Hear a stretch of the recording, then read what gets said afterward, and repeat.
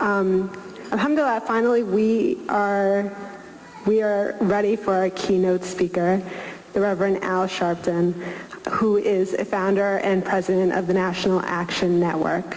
He has been praised by President Obama himself as the voice for the voiceless and a champion for the downtrodden. In fact, personally, my earliest memories of Reverend Al Sharpton are of him on the evening news, defending individuals who could not speak and advocate on behalf of themselves. He is currently the only African American that has his own talk show on MSNBC called Politics Nation, where he discusses news of the day with prominent individuals from throughout the country. He also has a syndicated national radio talk show, which airs every day, and it's called Keeping It Real. On that note, I'd like to invite Reverend Al Sharpton to the stage.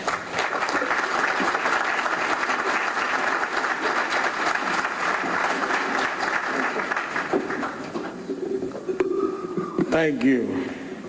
Assalamu alaikum. First, let me say how honored I am to be here tonight with CAIR and so many of you that have fought and continue to fight for what is right and what is righteous in this country. Certainly to Brother Awad and my friend for many years, Imam Shiraz Rahad. We have fought battles together in Brooklyn and other places. I'm happy to be joined by the head of National Action Network in Elizabeth, New Jersey, Reverend Bartley, and on my senior staff, Nitha Khan of National Action Network. When I received the invitation to come, I wanted to be here for several reasons. One is because there is in my judgment, a false premise in some of the civil rights community that you can select whose rights you're going to fight for. Anybody that calls themselves a civil rights activist must be committed to the civil rights of everyone, or they're not committed to the civil rights of anyone. The attack on Muslims in America, Islamophobia, is an attack on everyone in America. Because if we remain silent and or distant while they attack anybody, we are in every feasible way given the right for them to attack us. Now, since the inception of this country, there has been those that have scapegoated others. And the scapegoats of today has been the Muslim community. Last Sunday, we marched in New York down Fifth Avenue. The Imam was with us. The protest was around stop and frisk. Why do we protest stop and frisk? We're not for crime. We're not those that cuddle criminals. We, in fact, in many of the African American and Latino communities, we suffer crime more than most. In fact, we have a double problem with the level of police misconduct and police brutality. We have the unique position where we have to fear the cops and the robbers. So seriously, we do not oppose a crime prevention program. But when we look at the data says that 92% of the people stopped and frisked in New York are black and Latino. 44% between the ages of 18 and 35. Yet only 4% of New York City is black and Latino between those ages. So they're not stopping people for probable causes of crime. They're stopping them based on a profile. 88% of the people they stop, they find nothing, no guns, no drugs. When they say to me, well, Reverend, we met with the mayor, it says, Reverend, you must understand, we go into black and Latino communities because the crime is higher there. Well, we got the data through New York Civil Liberties Union in Tribeca, in Greenwich Village, in the Upper East Side of Manhattan, where we're 7 or 10% of the population, over 70% of the people stop the black and Latino. So how do you have over 2/3 of the people in white areas where we don't live and where we're not the majority of the criminals, where we stop profiling? Well, the first cousin to profiling is what they're doing to the Muslim community. Because what they're really saying is that we are not after terrorists, we're after Muslims, and we're going to scapegoat Muslims for our lack of being able to deal with terrorists, because terrorists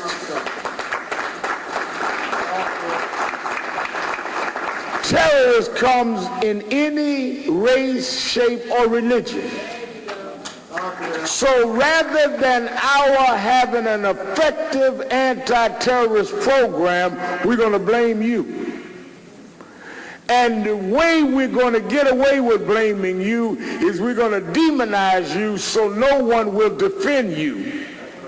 And we're going to scare you so you won't defend yourself. Marginalize you, isolate you, because you become so toxic in the image we give you that no one will come near you, and then we will spook you in the way you won't defend yourself. When I was growing up in Brooklyn, it's interesting that Marshall Raj talked about Halloween. I remember my mother got in an argument. I grew up in Brownsville. She got in an argument with a lady who lived in our building because the way this lady chose to raise her children is she would scare them to sleep. How did she scare them to sleep? She would tell them, if you don't go to bed, the boogeyman's gonna get you. And her poor little children was hiding under the covers, wide awake, but afraid of the boogeyman. What kind of insane way to raise children to scare them to sleep? Well, let me tell you, what they are doing in America today is boogeyman politics.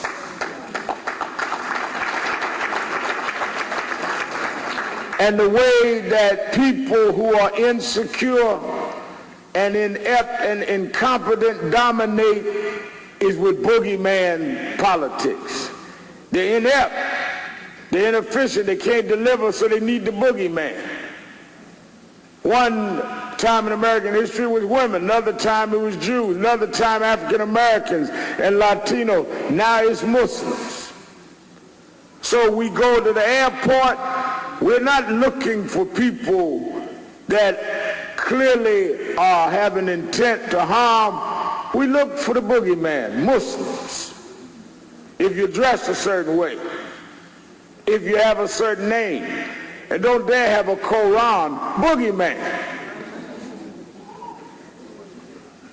Children in school, dress a certain way, certain name, go to do their prayers, boogeyman. NYPD, boogeyman. You become the scapegoat of inept law enforcement. Because if they really knew how to enforce the law, they would have programs that would know how to go after criminals and terrorists. The easy way out is just throw one blanket over everybody. What happened in every community that became the boogeymen is at some point they decided to stand up and define themselves for themselves. Those that define you can confine you. Those that define themselves can free themselves. You cannot allow them to define you. What happened in the struggle for African Americans is we were slaves, then we were segregated until we changed the definition. The biggest mistake, the biggest problem we had was that we allowed others to impose their definition on us and we accepted it. The day Rosa Parks refused to give up her seat on the bus in Montgomery, Alabama. Look at the record. She was not the only black on the bus. She was the only black that refused to go sit in the back of the bus. There were 3 other blacks on the bus that day. One of them was a big, burly, muscular man who could beat everybody in the pool hall. But when they told him to go sit in the back, he humbly went and sat in the back. The baddest man in the back of the bus. But a little frail lady had the courage to say, I'm not moving. Not because I'm a radical, not because I'm a revolutionary, not because I'm any of that. I'm not a preacher, I'm not a pastor, I'm not a leader of an organization, but I've decided I'm a human being and I paid the same thing you paid and I'm not moving.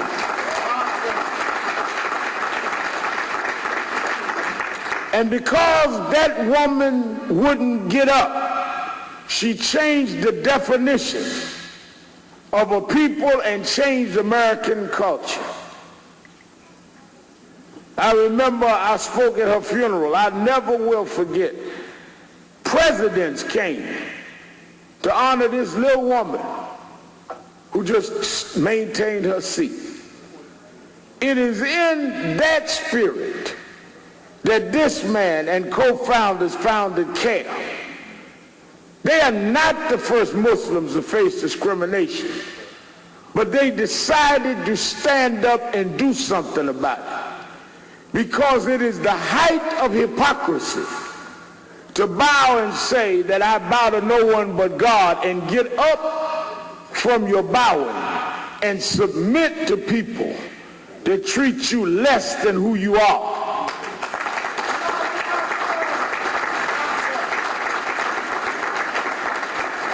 How can you pray 5 times a day and get up and not be who God made you to be? Why do your prayers? Why play with God? Why say God is the greatest if you really will not live like you believe it? You don't believe God is the greatest if some bigot can do anything to you and you won't stand up and you won't support those that will. March this year, we led a march, National Action Network. We went down to reenact the march from Selma to Montgomery. This was the historic march in 1965 where people were beaten, some were killed, blacks and Jews fighting to get the right to vote. We reenacted it because this year they've come with voter ID laws that are robbing us the right to vote. For some reason, Brother Awad, they're saying we need now government photo IDs. And they say to us, it's interesting to me, well, Reverend, you got to understand, we got to have ID to vote. You have ID for everything else. We always had ID to vote. But why all of a sudden do we need new ID now? The same ID we had for Reagan's election, the same ID we had for Bush Sr.'s election, the same ID we had for Clinton's election, same ID we had for Bush Jr.'s election. Now we get Obama in, we need a different ID for this election.